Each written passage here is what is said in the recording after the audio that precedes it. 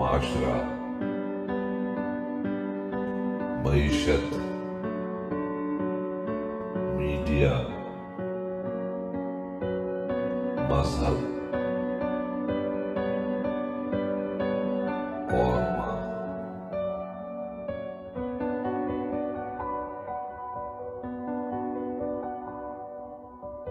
अस्सलाम वालेकुम। Channel M5 से नसरीन हुसैन परवेज़ आपसे मुखातिब है।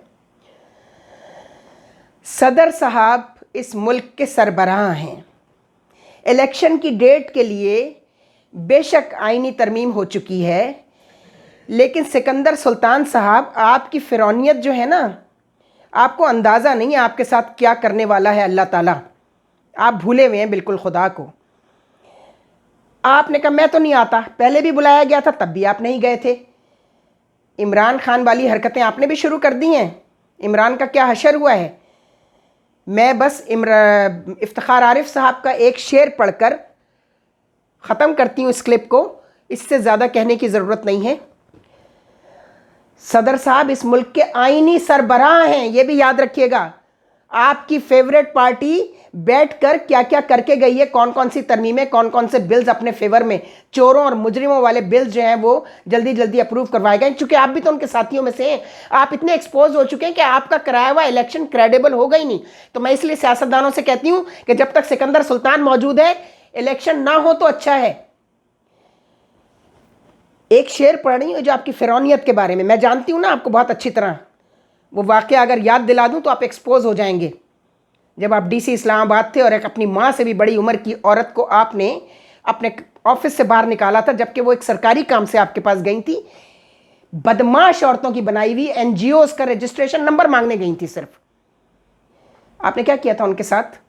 उसके बाद 1 महीने के अंदर अंदर आपके वो सुसर जो प्रिंसिपल सेक्रेटरी थे मियाँ नवाज शरीफ साहब के, मैंने आपसे क्या कहा था कि आपने अपनी माँ के भी बड़ी औरत को आपने बेइज्जती की है। तो जिस पे तुम अकड़ रहे हो ना, अगर उसको मैंने हथकड़ियाँ नहीं लगवाई ना तो फिर कहना। सईद मेहदी साहब तक ये बात पहुंची। उन्होंने मुझे कहा नसरीन आपने ये कहा। मैंने कहा जी मैंने ये कहा है। कहने लगे वो नहीं, उसको पता नहीं था। मैंने कहा क्या नहीं पता था? एक औरत आई है और मेरा कार्ड लेकर गई है और कहा है उसने कि जी मुझे सेक्रेटरी साहब ने भेजा है, हम लोग NGOs के रजिस्ट्रेशन उन्होंने कैंसिल की हैं। एक रजिस्ट्रेशन जो है वो इस्लामाबाद में रजिस्टर्ड है, मनीज़ा हाशमी की हिम्मत सोसाइटी। चूँकि मनीज़ा हाशमी बहुत लोगों की गर्लफ्रेंड्स थी, आपके सुसर की भी होंगी और क्या पता आपकी भी हों। तो आपने क्या किया, चूँकि आपकी एक गर्लफ्रेंड अभी कुर्रतुल ऐन, तो वो एक कत्ल के उसमें पकड़ी गई, तो अब आपने जल्दी जल्दी उसको वापस इन्फॉर्मेशन में भेजा। तो बस एक शेर पढ़ रही हूँ।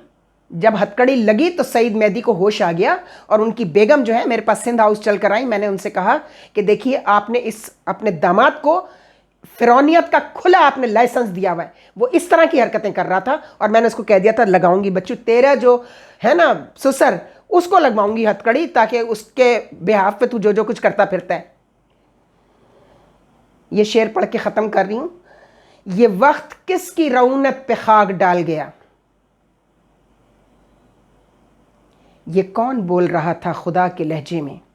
इमरान खान ने खुदा बनने की कोशिश की थी और उसके चमचों ने उसे खुदा बनाया था। एंड सेम ये शेर इफ्तिखार आरिफ साहब ने उस वक्त कहा था जिस दिन भुट्टो साहब ने कहा था मेरी कुर्सी बहुत मजबूत है। तो वो आयतल कुर्सी वाला, वो जो है ना बड़ी कुर्सी वाला, उसने कहा अच्छा बच्चू तेरी कौन सी कुर्सी है भाई, ये कौन मेरी जगह की मेरी कुर्सी कौन लेने बैठ गया है ज़मीन पे।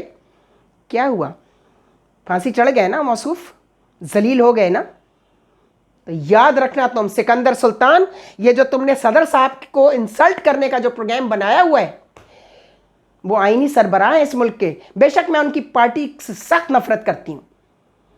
इमरान खान से जो लोग उसे जान चुके हैं वो सख्त नफरत कर रहे हैं, लेकिन उसका भी बुरा हशर होगा और आपका उससे भी ज्यादा होगा। सिकंदर सुल्तान ये याद रखना, तुम्हारी रौनक पे बहुत जल्दी खाक पड़ने वाली है। खुदा हाफिज। सानाए हस्ती हम अपने आका को सुनाए जाते हैं। अफसानाए हस्ती हम अपने आका को सुनाए जाते हैं। ईद लगाए